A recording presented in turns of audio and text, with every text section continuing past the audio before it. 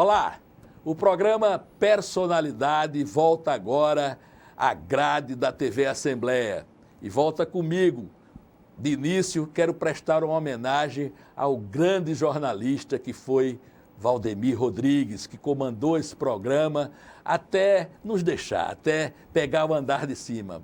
Valdemir, e a toda a sua família, você um abraço, viu? E o reconhecimento do grande profissional de comunicação que você foi, que você continua sendo para todos nós.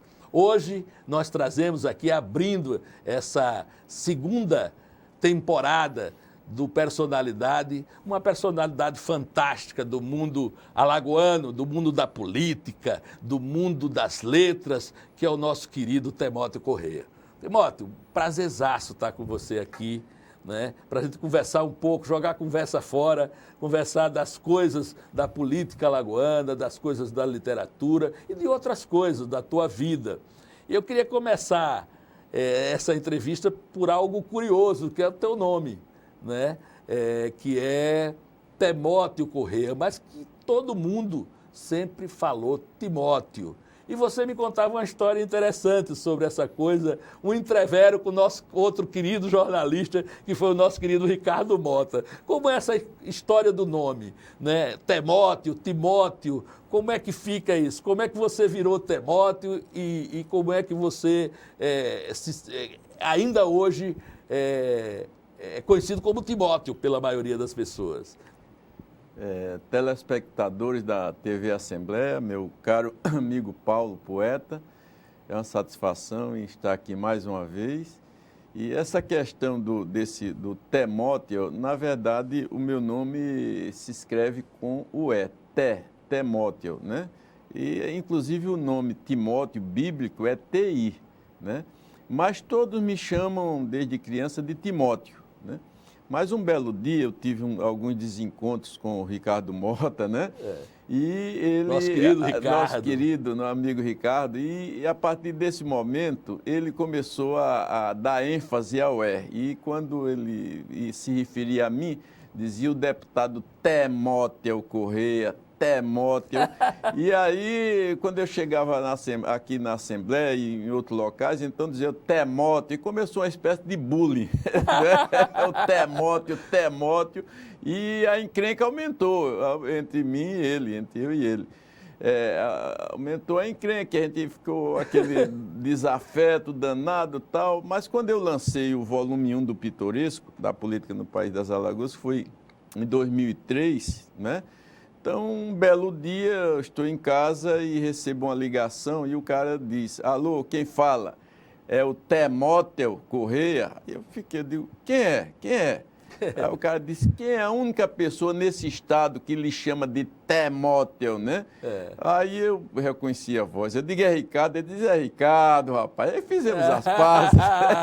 Como bons alagoanos, como bons alagoanos. Homem maduro. Homem maduro. Fizemos as pazes. Tomamos um cafezinho. Fui na TV Pajuçara, ele me entrevistou e pronto. E hoje o Ricardo, assim, é seu fã de carteirinha, né? E o cara que praticamente todos os livros seus, ele está lá, né, apresentando, dando depoimento, né? Tem aqui um depoimento, a gente vai falar daqui a pouco do Pitoresco da política. Na contracapa aqui tem um depoimento dele. Tem um depoimento dele aqui, tá entendendo? Mas é isso, né? Ricardo é um grande jornalista, respeito e eu admiro, é um dos nomes do jornalismo político, talvez o maior aqui no nosso estado. Claro. Mas, deputado, falar um pouco, vamos pegar do princípio, né? Você é alagoano de onde? Sou alagoano de Maribondo. Opa! Maribondo, na minha carteira de identidade, eu sou anadiense, porque quando eu nasci, Maribondo pertencia à Anadia, né? Nasci em 1952, Maribondo fazia parte da grande Anadia, né? E em 62 se desmembrou e passou a ser município. Isso. De formação, aí você nasceu em Maribondo, estudou, claro que se estuda lá normalmente se começam os estudos nos grupos escolares, foi com você foi por aí também, começou a estudar lá. E conta um pouco dessa tua trajetória no começo, Marimbondo, dos amigos da infância, como era a tua vida em Marimbondo. Tem essa memória afetiva da tua vida em Marimbondo. Inclusive, quando eu fazia estava em campanha eleitoral, em Marimbondo eu dizia que era maribondense. Quando eu chegava em Anadia, dizia que era nadiense. Olha aí. E ficavam achando que era uma certa aproveitamento. Tipo a música, eu gosto de Juazeiro, mas adoro Petrolina. Mas adoro Petrolina, né? Então, eu fiz o curso primário lá em Marimbondo, né? E posteriormente, lá só tinha mesmo curso primário, era um grupo escolar. Eu fiz o ginásio em Satuba, no Colégio Agrícola. Hoje é a Escola Federal, mas era fantástico. Colégio Agrícola Floriano Peixoto. Então, foram 4 anos lá.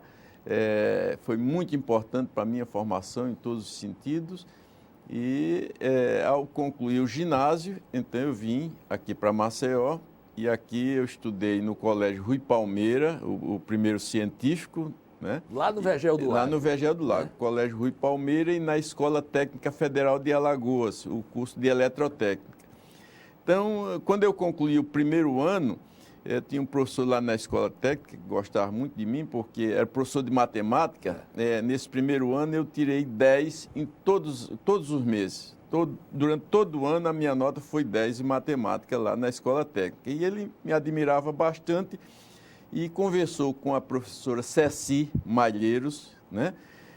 Que era diretora, vice-diretora do Colégio Estadual de Alagoas. Lembro dessa época. Me arranjou uma vaga no Colégio Estadual, ali onde funcionava. Difícil, você estudar numa escola pública naquela época era difícil. E o Colégio Estadual de Alagoas, que à época talvez fosse o melhor em termos de preparar para o vestibular. E então eu fui transferido do Colégio Rui Palmeira para o Estadual de Alagoas e lá eu fiz o 2º e 3º ano científico e concomitantemente com a Escola Técnica Federal de Alagoas no curso de Eletrotécnica. E foi muito importante para mim isso.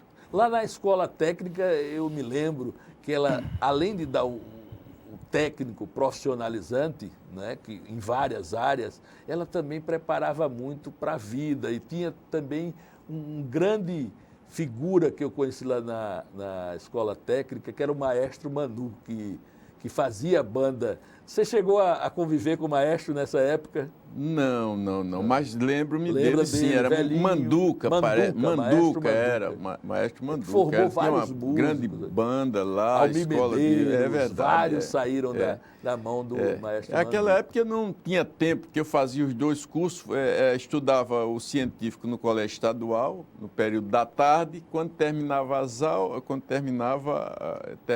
as aulas, eu saía a pé e ia direto para a Escola Técnica Federal. Então, aí fazia à noite o eletrotécnico. E estudando para vestibular, me preparando para vestibular, realmente não tinha tempo de estudar música ou outra atividade diferente.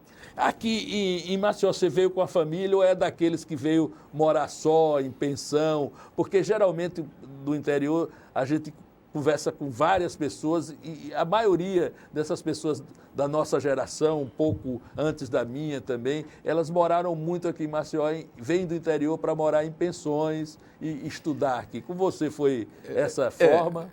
Comigo foi dessa forma. À época, tinha o ESA, que abrigava os alunos do interior do estado, que não tinham a condição, não tinham abrigo aqui.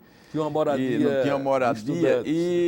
Mas nessa época, nós estávamos em pleno regime militar, eles fecharam a UESA, mas deram aquela questão dos alunos estudando tudo próximo, né? Conspirando, essa coisa toda.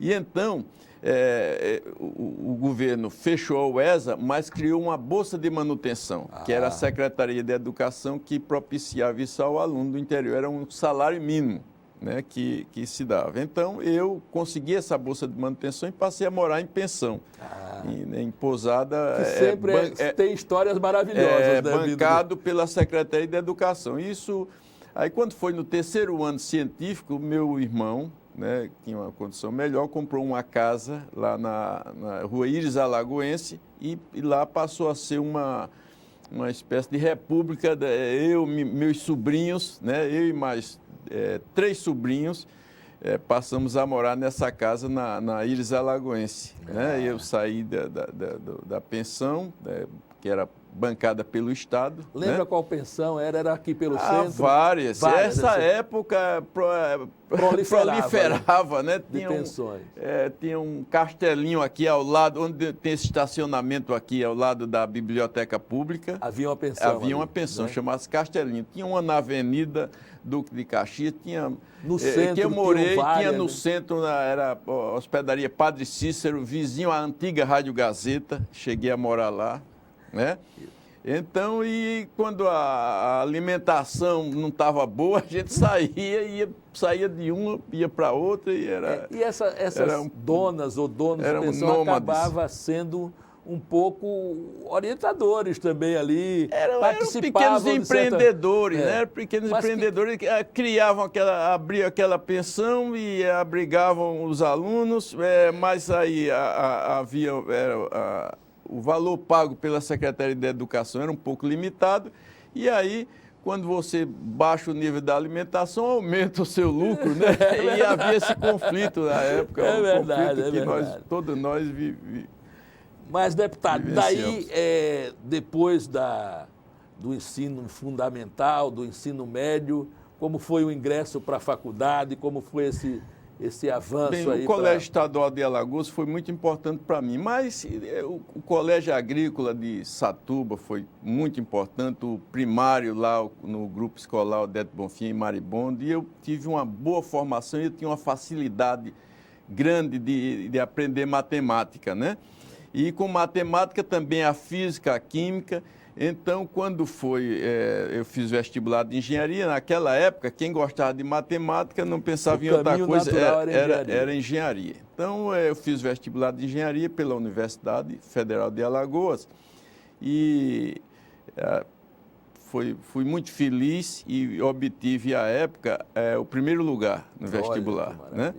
Primeiro lugar, lembro-me ainda, na rua Íris Alagoense, eu e meus sobrinhos, alguns também submeteram ao vestibular, e a Rádio Gazeta transmitia, né?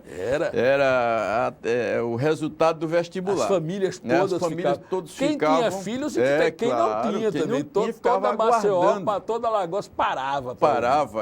E então, eu lembro-me quando foram anunciar engenharia, e muita atenção, primeiro lugar no vestibular de engenharia, e citaram meu nome. Aquilo foi uma emoção muito grande. Chamaram o Timóteo ou Timóteo? Ainda era Timóteo ainda, né?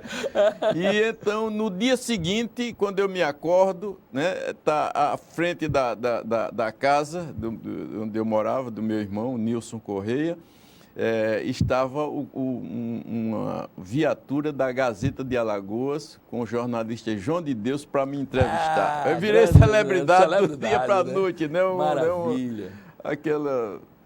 Maravilha. E aí, cursou engenharia? Então, a gente cursamos engenharia, comecei logo a praticar o empreendedorismo, e aí, então, eu comecei a ensinar, porque eu virei uma celebridade naquela época, né? Aí começou a ensinar matemática. E a minha nota foi a maior de todo o vestibular. Olha que maravilha. Eu coloquei 9 pontos à frente do primeiro lugar de medicina. Olha.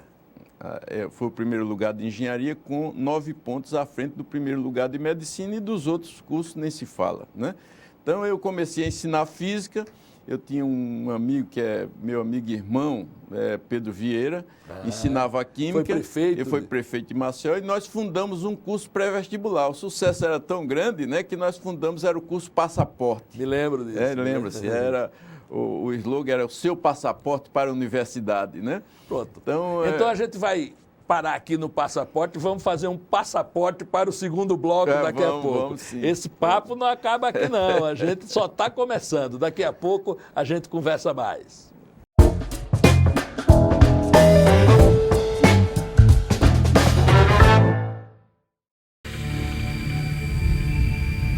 What if your family lived in a home on an island you couldn't leave? with limited amounts of food and safe drinking water.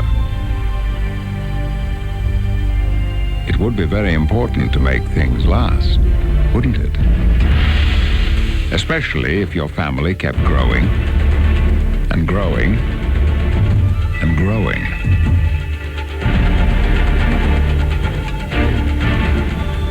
Well, it doesn't matter where your home is, because we all live on an island we can't leave.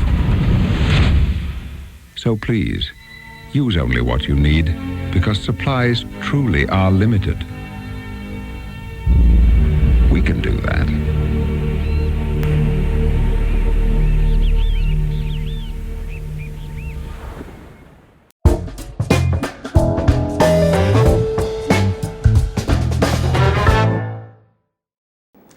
Deputado, a gente estava falando, terminou o último bloco, falando do cursinho passaporte, da sua vida na engenharia. Então, como foi essas relações no curso de engenharia? Você me contava aqui no intervalo de várias histórias e como era essa vivência na década de 70 em Alagoas, não é? Como é que os jovens, o que é que os jovens faziam? E você, um jovem, ainda é um jovem hoje, mas naquela época um jovem mais jovem, como é que se transitava em Maceió, como era a vida em Maceió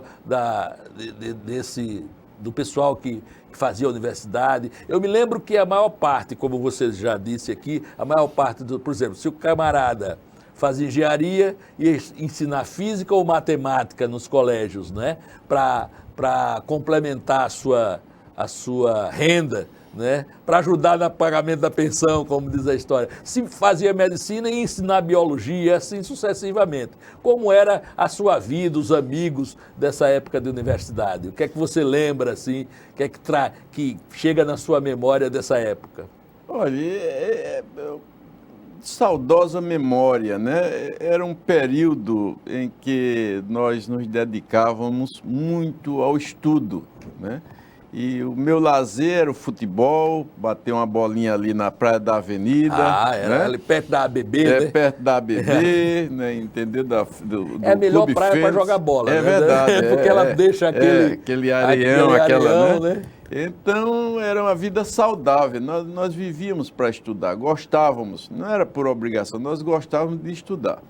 E o colégio estadual foi muito importante, que era um nível muito bom, elevado. À época, os melhores colégios eram os colégios públicos, as escolas públicas.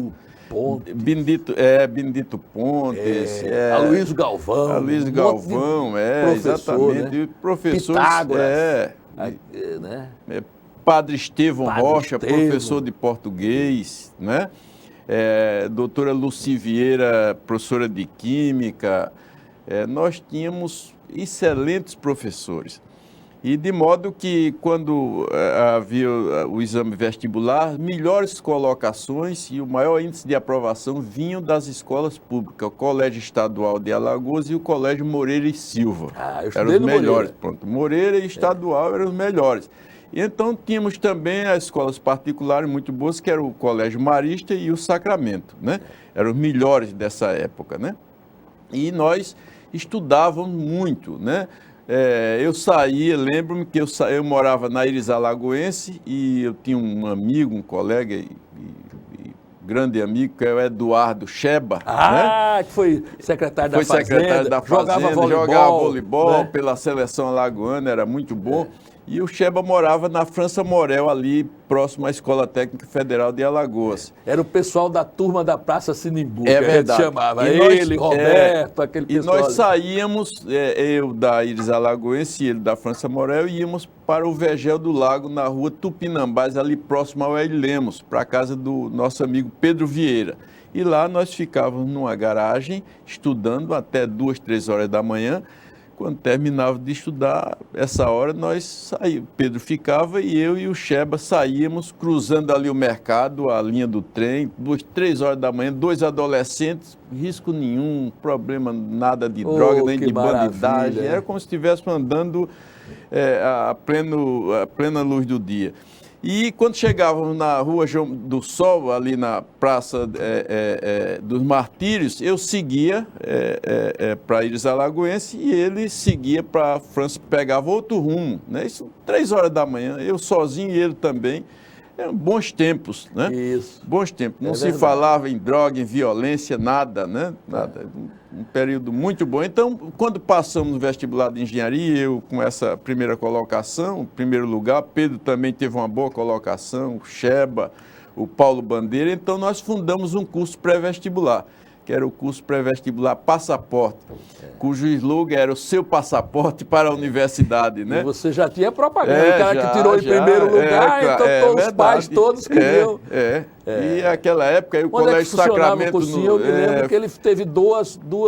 Ele funcionou primeiro na Associação dos Ex-Combatentes, que ficava ali ao lado do Tribunal de Justiça. Era o seu Júlio Souza, que era o pai do Júlio Bandeira e do Paulo Bandeira, que nos cedeu um homem generoso, né, muito bom. Então, o seu Júlio sensibilizado, e quem fundou o curso fui eu, o Pedro Vieira e o Paulo Bandeira, que era filho do seu Júlio. Tinha 2 cursos que rivalizavam, era o Passaporte e o Cursinho Alagoano. E o Cursinho Alagoano, e posteriormente, depois fechou o Alagoano e foi aberto o curso Planeta. Então, nós protagonizávamos com o Planeta. Na nossa época já era o Planeta, o Passaporte e o curso Planeta. E então eu comecei também a me dedicar ao magistério, ensinei no Colégio Sacramento, no Madalena Sofia, né?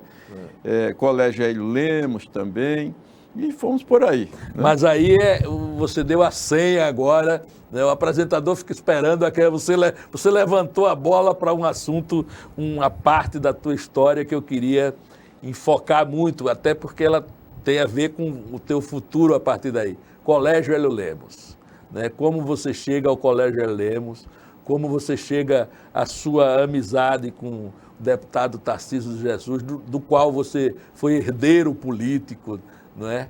E claro, do qual você foi genro, aí também você foi além, né? Casou-se com a queridíssima vereadora Rita Correia, né, que era filha do deputado, então ali feita uma aliança matrimonial, uma aliança das famílias e uma aliança política também, que foi muito importante para a política alagoana, que lhe levou a ser deputado. Como é que foi esse meio de campo aí? Vamos falar um pouco sobre isso agora, que é uma fase importante da tua vida. Eu ensinava, no Colégio Hélio Lemos, tinha um cursinho pré-vestibular que funcionava aos sábados. Quem dirigia esse cursinho era o João Batista Neto, que é sogro do desembargador Washington Luiz. Foi meu diretor no Hélio Lemos. Foi seu diretor no Hélio Lemos. E eu comecei a ensinar também lá no Hélio Lemos. Mas a minha aproximação e a minha ligação, meu amor, né, com Rita, surgiu porque eu tenho uma sobrinha, desses sobrinhos que moravam lá na Íris Alagoense, tinha minha sobrinha, a Sônia Corrêa de Araújo, que é uma das donas do DILAB, do Laboratório DILAB. Tenho a Graça, Maria das Graças, casada com o Brancildes, que hoje eles estão em Barreiras, na Bahia, todos médicos, né? E Graça, ela estudava com Rita, na Escola de Ciências Médicas. E então Graça fez a propaganda e fez o Cupido, né? O Cupido. E ainda hoje Rita brinca, diz bem assim, que foi propaganda enganosa. Propaganda enganosa que a minha sobrinha fez. Naquele tempo a gente chamava cuviteira. Cuviteira, pois é, né? E que então, fez a aproximação. Fez a aproximação e nós namoramos, casamos, temos 3 filhos maravilhosos, né? Muito feliz, Rita, assim... Mas a ligação veio antes com Rita ou antes com o deputado Tarcísio? Não conhecia o deputado Tarcísio. Primeiro com Rita. Então, nós namoramos, casamos e eu, já como engenheiro, construía piscinas aqui em Maceió. Né? Era o Marcos Coutrinho da CEAL e eu. Eram os 2 construtores de piscina aqui em Maceió. Eu construí a piscina do do Augusto Farias, do Rogério, da Centenário Veículos, né, que tinha lá no Tabuleiro, e fui convidado para construir a piscina do Paulo César. Paulo César lá em Jacarecica, onde houve aquele trágico episódio.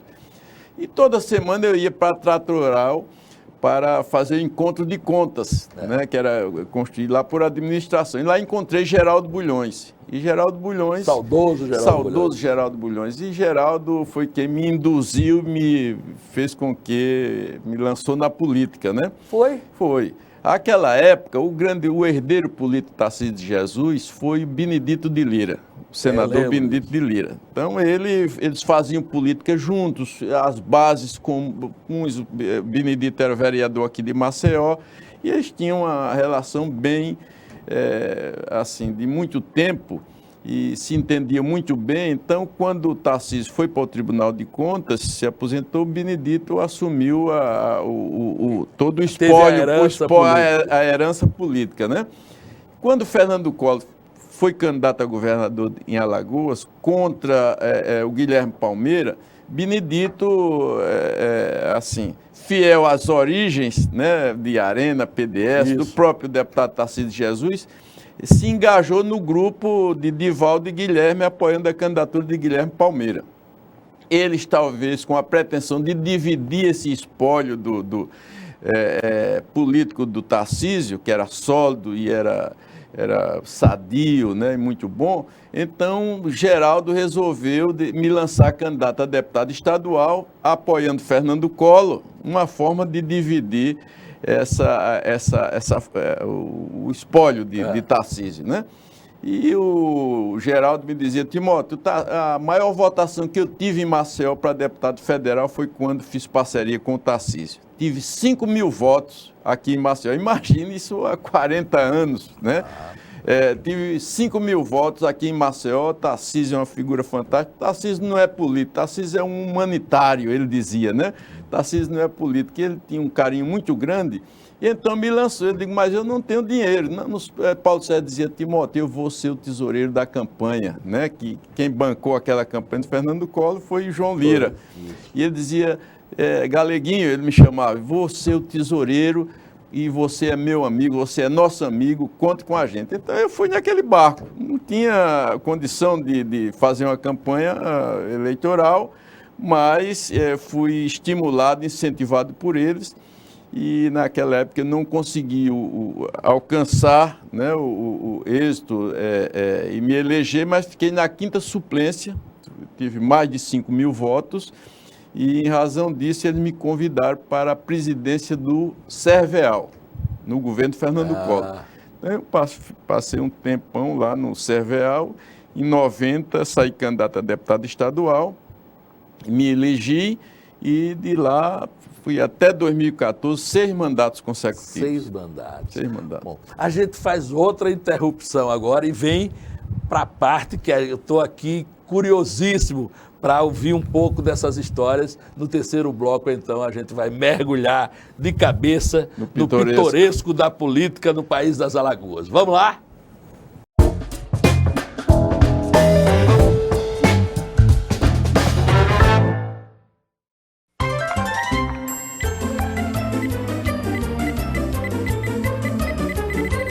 Turminha do MPF. Assunto de gente grande pra gente pequena. Malu! Psiu. O moço da cantina disse que pode me dar 3 fichas pro lanche da turma. Hã? Tá falando do lanche comprado com o dinheiro de todos os alunos? Se todos têm direito a 1 ficha, por que você teria direito a 3? Falou que é só dar um presentinho pra ele.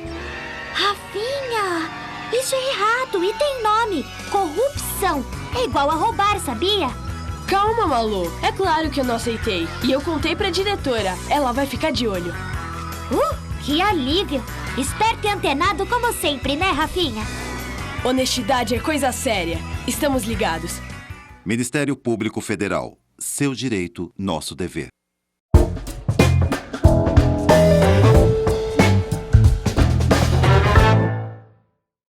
Deputado, a gente está voltando agora com o programa e a gente falou de uma figura que é o Tarcísio de Jesus, né? Eu estudei no Hélio Lemos a importância do deputado Tarcísio, do homem. Você falou do humanitário, era mais que um político, né?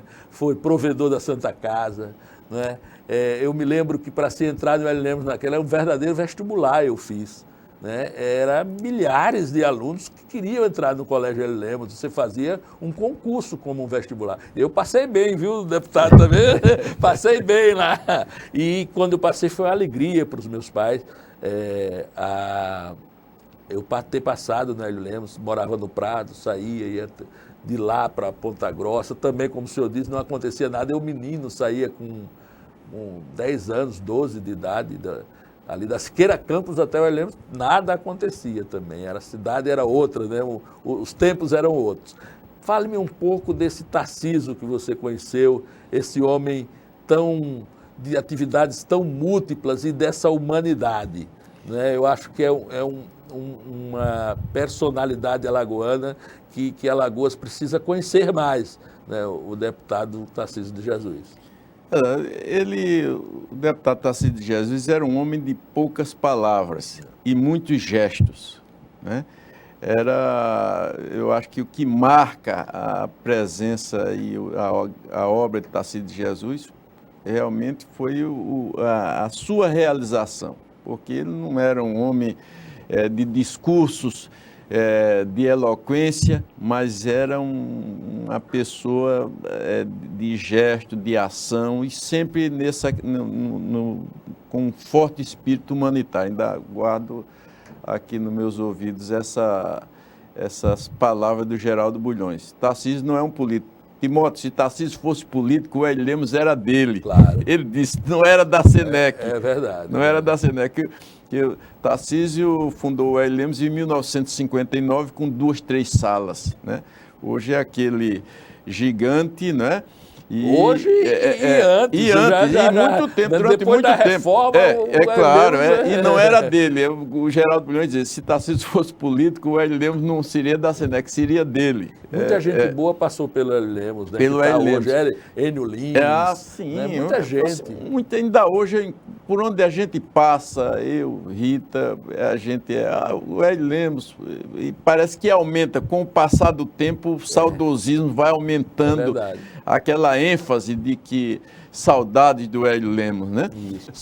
Sua verve de escritor agora, né? Você com você disse 6 mandatos, né? 6 mandatos é muita coisa, né? E aí vivenciou e esteve ao lado ali de quase meio século, digamos, da política alagoana. Um quarto de século. Um quarto de século, né, da política alagoana, e com figuras extraordinárias, e participando de campanhas. Então, está aqui, ó, o teu livro que já vai no 2º volume, Pitoresco da Política Alagoana, aqui, ó, volume 2, né?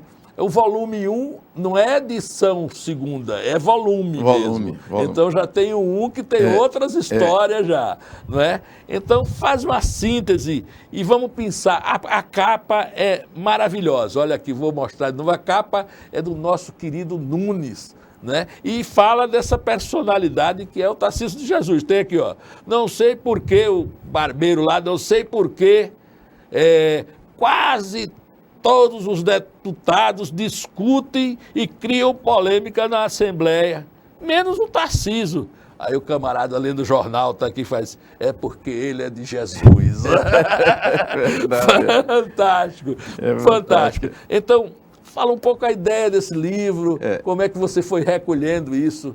Olha, logo no primeiro mandato, eu novo ainda, com 30 e poucos anos, nós, aqui na Assembleia, gostávamos de futebol e eu tinha uma casa lá no Jardim Petrópolis, loteamento Jardim Petrópolis, que tinha um campo de futebol, piscina, aquela coisa toda, e semanalmente nós fazíamos um jogo e levávamos os deputados. Então, eu, o Washington, o Luiz era novo a essa época, Chicão. Jogava bola. Jogava bola, Olha aí, tá pivô de salão, eu sei ele que era o irmão muito bom. dele é fantástico jogador, que é o Xepa. É, o Xepa. Foi jogador de salão, futebol de salão, maravilhoso. O Washington também. Então, o Washington, Marcelino Alexandre, Chicão, João Beltrão. Então, nós íamos lá e os que não jogavam iam lá para resenhar. Deputado Gervásio não perdia uma. Deputado Gervásio Raimundo chegava lá. Nunca deu um chute numa bola. Chute numa bola, mas estava lá e quando terminava o jogo, tinha um churrasco e as resenhas políticas.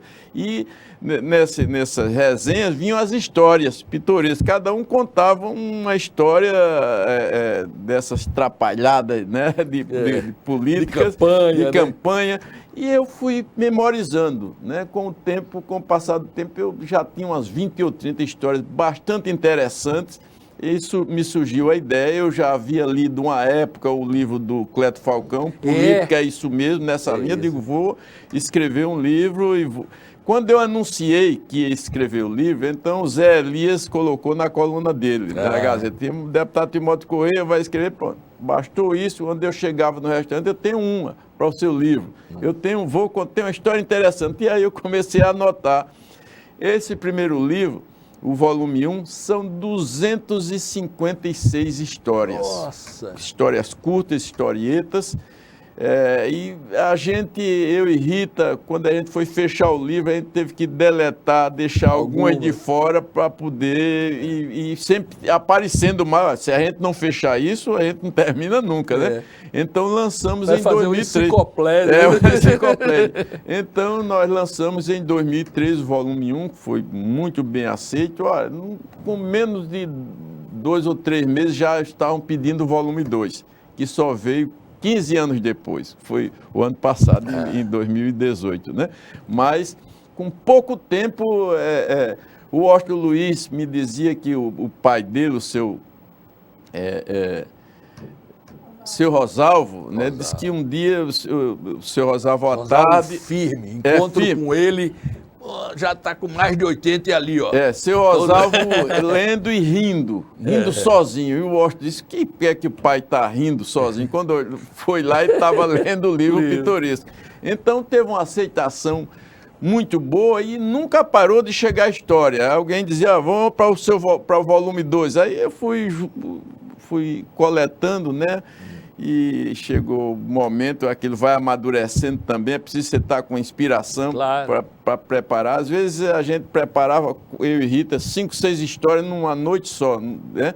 E às vezes você passa 15 dias, um mês, não vem nada, né? Que não vem nada, verdade, né? Mas esse agora vem com mais de 130 histórias. Diferentemente do outro, ele tem mais charges, ele está bem melhor também, que 15 anos depois a gente amadurece tudo, né? Então ele está bem melhor, no meu ponto de vista, mas com menos história do que o outro, né? Contar algumas histórias, personagens aqui da Assembleia, né? Vamos pegar agora. O colega aqui do deputado Paulão. Eita! Paulão. Então, Paulão, à época da Operação Taturana, né? Foram indiciados 2 deputados, o deputado João Beltrão e o deputado Marcos Ferreira, em razão de contrair empréstimos junto ao Banco Rural sem o devido lastro. Então, naquela época, então usaram a Assembleia como avalista que não poderia, né? Tá bem, foi muito sensacionalismo, mas a verdade é que os 2 foram indiciados por conta desse empréstimo pequeno, né? E Paulão tinha também contraído um empréstimo, né? Aí Paulão chega para Zé Pedro da Aravel, né? Arapiraquense, né? Era deputado aqui conosco, aí diz, mas Zé Pedro, né? Agora estou ferrado, né? Colocaram a espada de Damocles na minha cabeça, né? Então, aí o Zé Pedro diz bem assim, Paulão, daquele jeitão, né? Zé Pedro é um milionário, mas de pouca instrução, né? Aí Zé Pedro disse, Paulão, você está chorando de barriga cheia. Aí disse, pior fui eu, que uma figurinha lá de Arapiraca, né? Me pediu 50 mil emprestado e nunca pagou. E agora eu... para não perder o dinheiro, fiz um acerto para ele me dar em votos, né? E sabe o que é que ele fez? jogou-me essa espada de Damaso nos meus peitos. De Damaso. Jogou essa espada de Damaso nos meus peitos e nem me pagou e nem votou. Pois é, essa história é interessante. Eu estou vendo uma aqui que, pelo título, eu já me atraiu bastante. Eu já dei uma lida no livro, né? Li ele todinho, mas essa aqui me chamou a atenção. Vereador Papa Defunto. Vereador Papa Defunto. Esse João Paulino, né? Esse vereador lá de Maribondo, ele não perdia um velório, né? Não perdia um velório. E então ele sempre ia acompanhado, né, de uma... ele sempre ia... Porque algumas eu esqueço um pouco, né? Ele ia acompanhado de uma pessoa que chorava, né? As carpideiras, né? As carpideiras, exatamente. Que chorava, né? Que quando chegava perto do sepultamento dizia, eu quero ir também, né? Eu quero ir com essa pessoa. E alguém, eu não lembro bem aí... O nome, deixa eu ver aqui. Mas vamos lá, vamos eu vou lhe contar outra aqui. Diga lá, puxa outra. Uma aqui, tem uma de Antônio Albuquerque. Vixe Maria, deputado... Antônio Albuquerque era o presidente da Assembleia, né? À época, novo, ainda novinho, com a vasta cabeleira, hoje está careca, né? Mas com a vasta cabeleira. Cheio de sangue na guerra. Exatamente. Então, o setor de recursos humanos da Assembleia era ali por trás do Unicompra, do Madalena Sofia, ali no Farol. Sei. Né? E Antônio Albuquerque, quase todos os dias, ele ia lá, antes de vir para cá, para o plenário, ia lá para o setor de pessoal. E lá ele vê uma cena assim inusitada, né? O deputado Antônio Ferreira, à época já aposentado, né? Correndo atrás de um rapaz, né? Um rapaz mal vestido e Antônio Ferreira correndo. E Antônio Albuquerque... exatamente. Todas as pontes. Então, o Antônio Albuquerque, em solidariedade, ele mandou o motorista parar o carro, né? E tira o paletó... Antônio sempre foi vaidoso, um Harmony, presidente da Assembleia, tira o paletó e vai em solidariedade a Antônio Ferreira, vai para pegar o rapaz, né? E aí correm os dois, mas o moleque mais ativo, né? Pegou distância e quando eles estavam perto, o moleque pula o muro e desaparece, né? Então, ainda ofegante, o que foi, Tonho? O Albuquerque pergunta ao Antônio Ferreira, o que foi? Ele diz, Tonho, aquele criminoso, né? Aí o Antônio Albuquerque diz, o que é que foi? Diga aí para a gente tomar as providências. A gente chama a polícia, vai fazer um BO, isso não vai ficar assim. Antônio Albuquerque empolgado, né? Diga o que foi que isso não vai ficar assim. Vamos chamar a polícia, fazer um BO, vamos tomar as providências. Aí quando Antônio Albuquerque disse isso, aí Antônio Ferreira diz bem assim, aquele criminoso, Tonho, roubou o meu boné, um boné azul. Deixei o vidro baixo e ele roubou. Mas onde eu encontrá-lo, eu conheço. Esse é o meu boné. Aí Antônio Albuquerque saiu desolado e consigo, com seus botões, de bem assim, esse Antônio Ferreira ainda me paga, né? Ele me disse, esse Antônio Ferreira. Aí o deputado Antônio Ferreira, encontro com ele de vez por outra, firme também, já vai lá, né? Ele já vai... numa idade bem... Já. Anda sozinho. Né? Vai... Mas quando você encontra com o Tonho já está num pré-Alzheimer, quando chega ele vai contar a história das emendas, a mesma coisa, as histórias, olha, eu trouxe não sei quantos milhões para o Xingó, não sei quantos milhões para não sei para onde, aquela mesma conversa. A mesma conversa. Eu estou vendo outra aqui que diz, ela é comunista, essa meio no Café Central, na década de 50, 70, ficava a Ótica Flamengo ali no... Onde foi perto do Café Central. Cafezinho onde foi ali. O Café Central, né? Aí tem aqui, fala do prefeito Sandoval Caju, que era uma figura fantástica. Lembra dessa aqui? Você está lembrando dessa? Daí, então, começaram a olhar, que é uma mulher bonita. Bonita, então, rosto bonito. O rosto bonito, mas mal feita de corpo, né?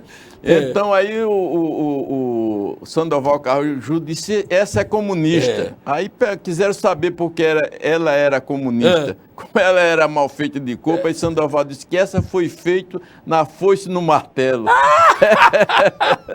Coisa de Sandoval Caju. Mas tem uma de J. Duarte, muito interessante. J também aqui. Duarte Jota. Em 82, Paulo, você deve estar lembrado que voltaram as eleições diretas para governador. Primeira eleição, depois do regime militar, eleição direta que Zé Corte disputou com Divaldo Suruagi, em 82. Mas é um candidato que pouca gente se lembra, mas que também fez parte do processo, era um Grilo, que era um cara de Água Branca. Verdade. Né? É o Grilo. Então, o Grilo é um candidato insignificante eleitoralmente, né? E então, mais ousado. Então, um dia o Grilo resolve fazer uma turnê aqui pela Assembleia Legislativa em busca de apoio. Você já pode, a gente já pode saber que o sucesso foi nenhum. Diminuto. Né? Diminuto, porque aqui é uma casa pragmática, como todas as casas legislativas, né, do país, né? Então, ele vai ao gabinete de Jota Duarte e aí se anuncia, tal, a secretária de deputado Jota, aqui está o governador Grilo, quer falar com o senhor. Aí Jota disse, Ave Maria, né? O Grilo, né? Um poca-urna, né? Ave Maria, aí, manda ele entrar. Quando o Grilo entrou, aí disse bem assim, deputado Jota, gostaria muito de ter o seu apoio nessa caminhada, né? Sei que o senhor tem algum espaço no governo, mas no meu governo o senhor vai ser um homem que vai ter o triplo do prestígio que o senhor tem agora. O senhor vai indicar as secretarias que quiser, o senhor vai mandar no meu governo. Aí Jota, manhoso, né? Aí disse, mas Grilo, rapaz, eu venho com o Divaldo Suruagi há muito tempo, né? Eu faço parte do governo, e aí começou, né? E Suruagi já é governador. Aí Grilo, quando viu que não tinha sucesso na sua empreitada, aí disse, deputado Jota, agora eu quero lhe dizer o seguinte, hoje Divaldo Suruagi é o governador, mas amanhã poderei ser eu. Aí o Jota disse, então volte depois de amanhã. Então estamos encerrando mais esse bloco, daqui a pouco a gente vem com as histórias a mais aí, para a gente fechar o carreirão, como diz. Fechar o carreirão.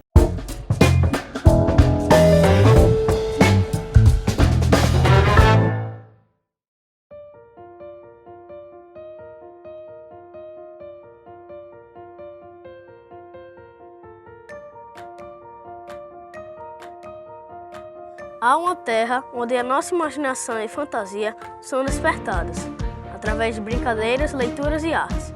Nesta terra, não há espaço para a tristeza.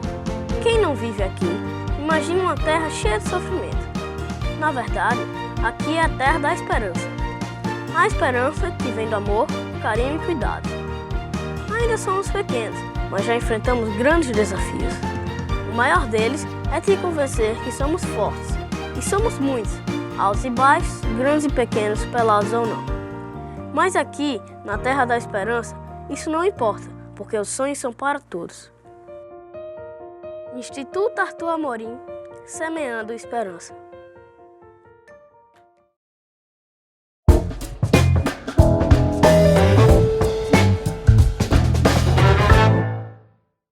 Estamos voltando agora com personalidade, trazendo hoje o deputado Timóteo Correia e pegando o carreirão da conversa aqui do livro Pitoresco da Política no País das Alagoas. Mas a gente falava aqui que você tem uma história que não é bem do pitoresco aqui, mas também é pitoresca da política, que é a história do Assis. Me conte ela, do Assis Chateaubriand. Assis Chateaubriand. Assis Chateaubriand era um dos homens mais poderosos do século passado, né? Era uma espécie de Roberto Marinho, né, dos dias atuais. Então, era dono dos Diários Associados, né? O Jornal de Alagoas aqui pertencia aos Diários Associados, Diário de Pernambuco, várias emissoras de rádio e jornais, né? E ele era um cara desorganizado financeiramente, e ele, às vezes, quando se apertava, ele ia buscar nas elites aquilo que precisava e fazia aquilo que a gente chama de chantagem, né? Então, tinha o Grupo Matarazzo, na década de 30, que era o maior grupo econômico do país, e que grupo? eu li naquela biografia do Chateau, o Rei do Brasil, de Fernando Moraes, ele disse que o Grupo Matarazzo era um faturamento maior do que o PIB do estado de Minas Gerais, ou do estado do Rio Grande do Sul, ou do Distrito Federal, que era o Rio de Janeiro. Só perdia para o PIB de São Paulo. Então, eram muito ricos, né? E o Diário Associado era instalado nas dependências de um prédio que pertencia ao Grupo Matarazzo. Ou seja, o Chateau era inquilino do Grupo Matarazzo. E não pagava, atrasava aluguel. E ainda por cima, ele um dia, achando pouco, foi buscar empréstimo no Banco Matarazzo, né? Estava apertado e foi buscar empréstimo. Então, solicitou empréstimo e nada de vir resposta, né?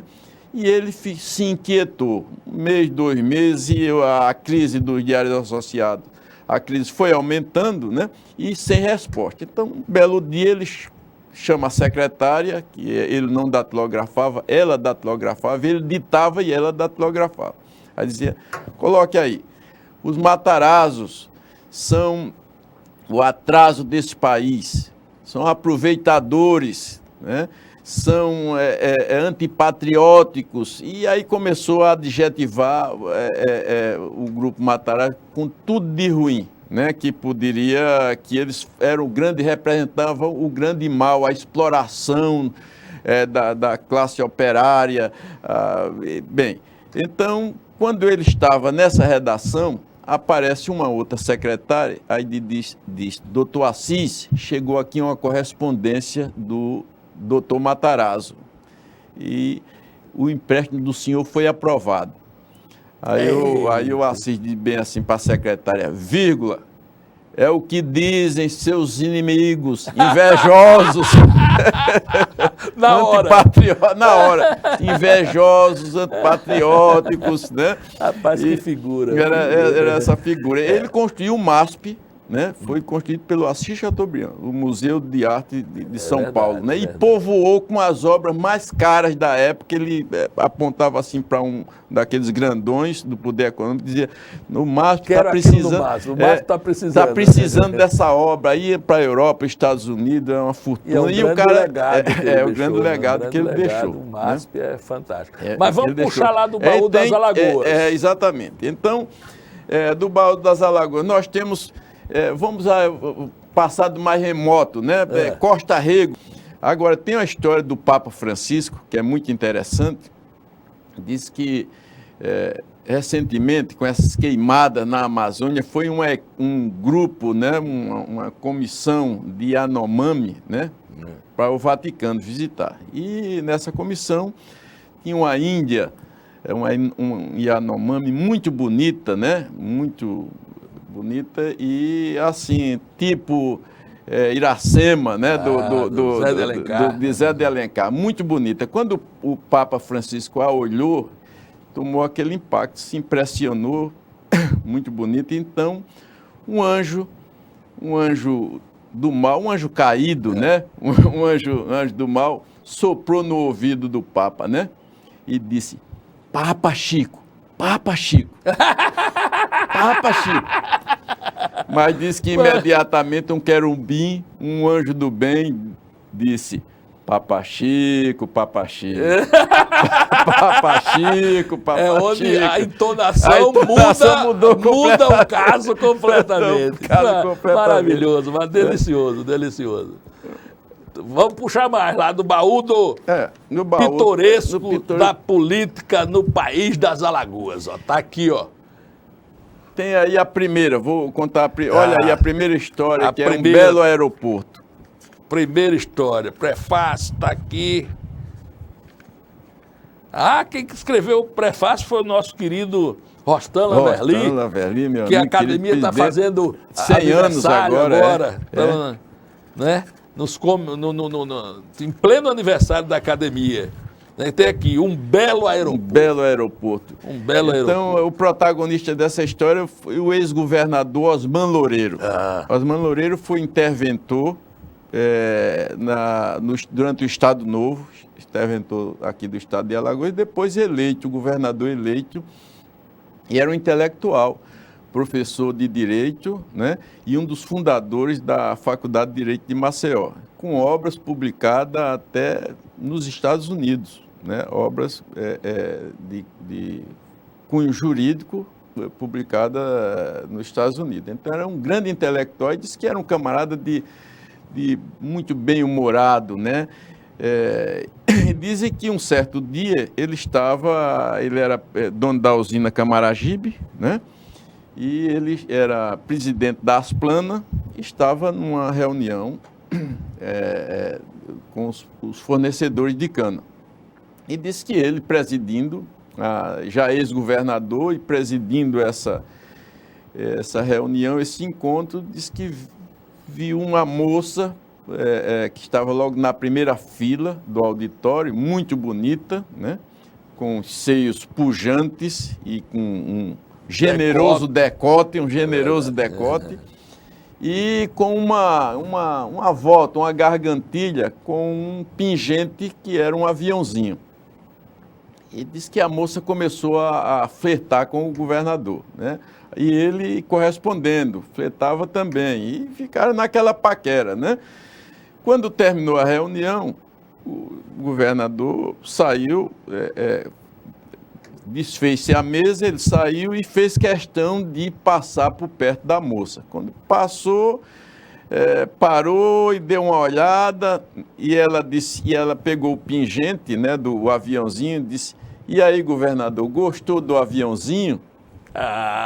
Aí ele olhou e disse: "Gostei mais do aeroporto." Essa é a primeira história, né? Maravilhoso. Muito. Mas, tem história tem figuras que são assim fontes generosas, fontes, né, de histórias pitorescas. Elísio Maia, o Nego Dinha da Viçosa, Gervásio Raimundo, tudo está aqui. Tudo está aí. Então não vamos contar o livro todo também, não, mas senão a gente tira o interesse do leitor. Vou contar uma de Elísio Maia, né? Elísio Maia. Seu Elísio foi meu colega aqui em 1900. Aquela voz, aquela vozinha, voz fina, aquela coisa, né? E uma vez houve Era um dojão, né? Era. Seu Elísio conservador, aquele código dele rígido, né? Então, Cícero Amélio pegam as contendas com Manuel Lins Pinheiro e quase foram a agressão, as vias de fato, agressão física, né, tal, e ele observava muito, sentava ao lado de Antônio Amaral, os dois. Então, semana seguinte já fizeram as pazes, Maninho e como é que dizia, Amélio, né, fizeram as pazes e tal, e aí o Elísio Maia olhou, os dois se abraçando, aí Elísio Maia disse: "Semana passada, né, esses rapazes estavam, né, brigando, né, e agora estão nesse clima, nessa coisa." Diz: "Ah, seu menino, se fosse comigo, né, o que eles fizeram semana passada, se fosse comigo, eu ia esperá-lo ali no pé da escada." E aí, pá. Já era amigo, né? Aí tem outra história de quando é outra história, a gente não vai contar mais. A gente vai deixar que o... Mas essa curta dele também, da metralhadora, né? Quando o Ricardo Lessa foi assassinado, né? O Elísio Maia se dava muito, gostava, então, dele, da viúva. Então a metralhadora ficou com a viúva, uma metralhadora do Ricardo Lessa. E a viúva quis, para fazer algum dinheiro, quis vender a metralhadora a seu Elísio. Seu Elísio falou com Zé Bernardes, que era o primeiro secretário aqui da Assembleia, de José: "Eu estou precisando que a Assembleia me compre a metralhadora de Ricardo, porque a viúva está muito precisada."